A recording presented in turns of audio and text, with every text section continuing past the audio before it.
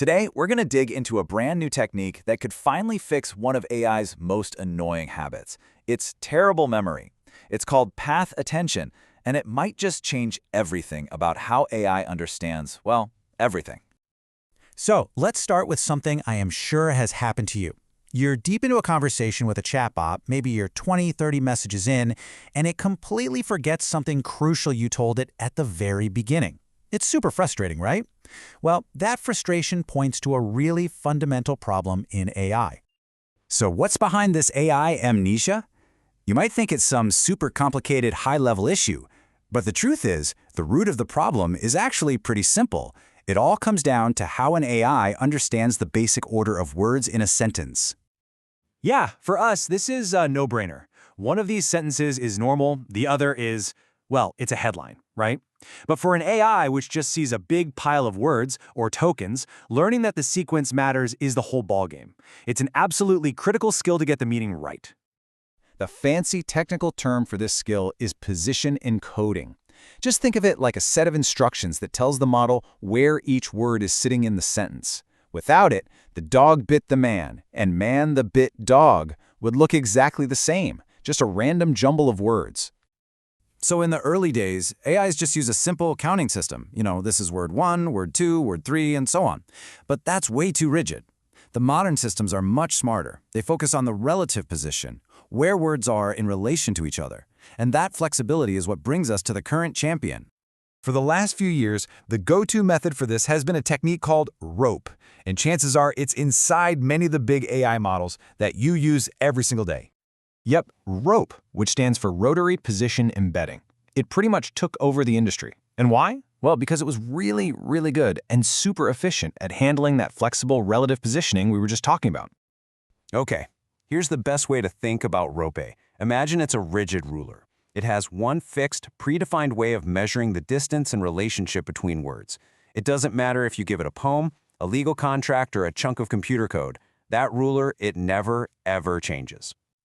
And this is the key. This is what makes ROPE data independent. Its rules are set in stone before it even sees your first word.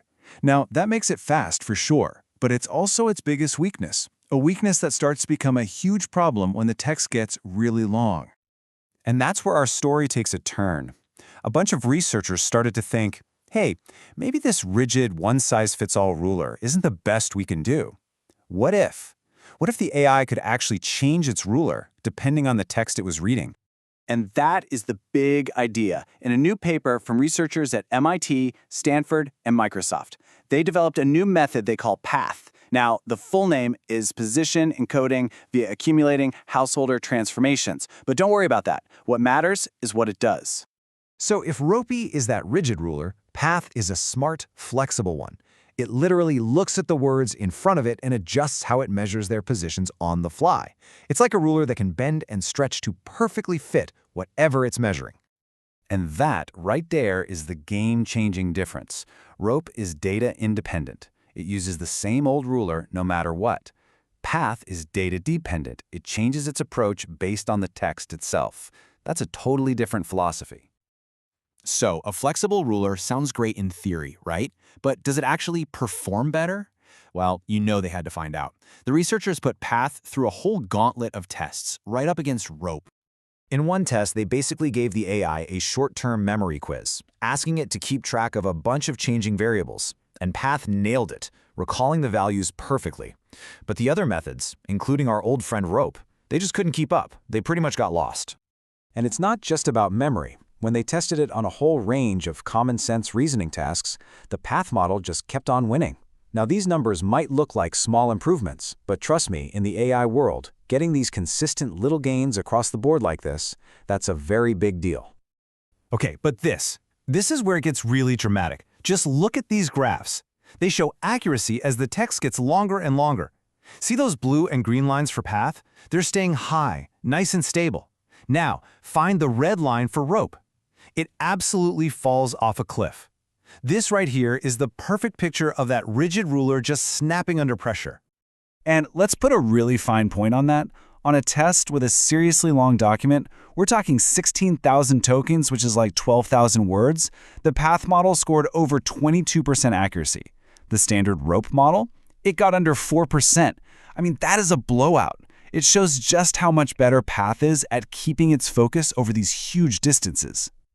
All right, so the numbers are incredibly impressive, but what does this all mean for you and me? Like, what does this new flexible ruler actually unlock in the real world?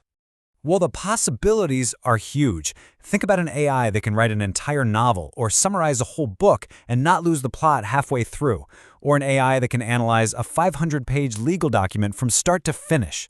And to bring it all back to the beginning, it means an AI assistant that actually remembers what you told it an hour ago.